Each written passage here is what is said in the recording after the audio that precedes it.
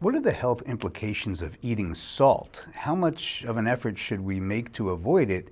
It seems to be in everything. It is in everything because, remember, salt was a preservative on animal-based foods. We have so many luxuries we take for granted in our world today. Even the poorest among us have refrigerators. Back in the 19th century, nobody had a refrigerator. And if you were one of the few people that ate meat, the aristocracy, they were the only people that pretty much ate meat. The peasants didn't. They would hang up meat on wood in their kitchen, and they would put salt around it, knowing the bugs would never eat it. Isn't that amazing? The bugs are smart enough to not eat the salt. You and I not. So our taste for salt came from that. And then as we had a burgeoning middle class, more and more people had a few dollars in their pocket. We looked up at the aristocracy, and we wanted to do what they did. And so slowly but surely that crept in, and the industries of the meat and dairy industry propagandized to the point they literally in 1917 made a pact, even though the academic community didn't know it, to hijack the nutritional education in school books, now through PhD programs, but starting at kindergarten or first grade. So we got addicted to salt. We got addicted to sugar. Sugar is what they put on carbohydrates to preserve it. There was no refrigeration. So these are the two almost preservatives, there were no chemical preservatives to speak about that, natural preservatives that got into our food from that reason. Now, once you start to eat these, in my book, Sweet Disease, I quote a Princeton study that was stunning to me. They looked at full-blast heroin addicts, full-blast cocaine addicts, and the rest of us, sugar addicts. I'm a sugar addict. I'm a recovering sugar addict. I don't even eat fruit. It's not part of my diet. And they said, what's more addictive? Sugar of all kinds or heroin or cocaine? Sugar won, hands down.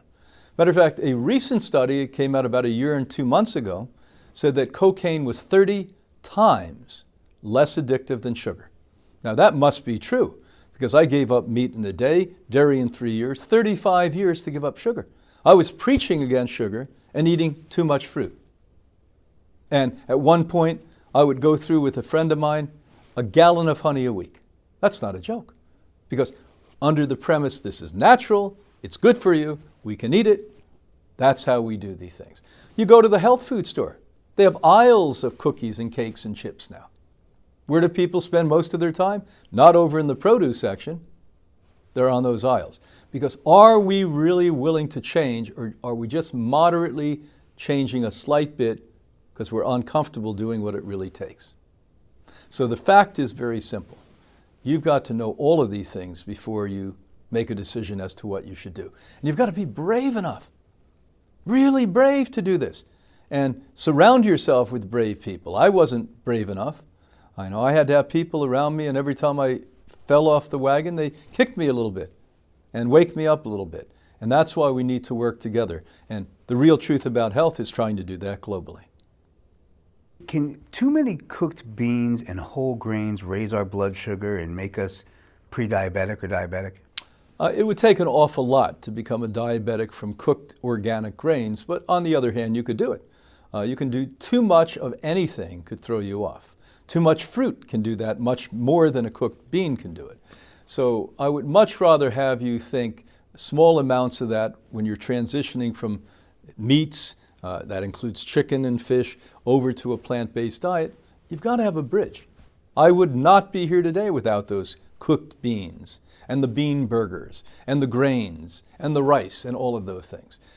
We have this whole idea that we're all saints and canonized and somehow we can ascend our horribly bad lifestyles. It doesn't work that way.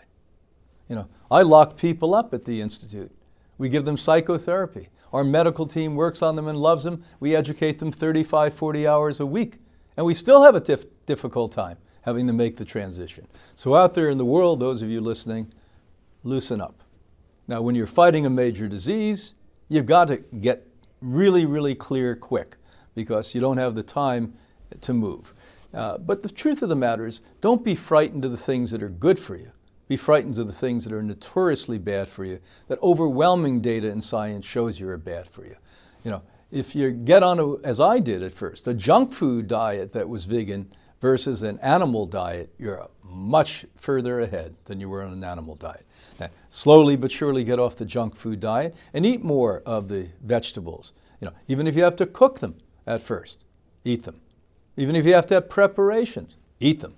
And then add more salad to it.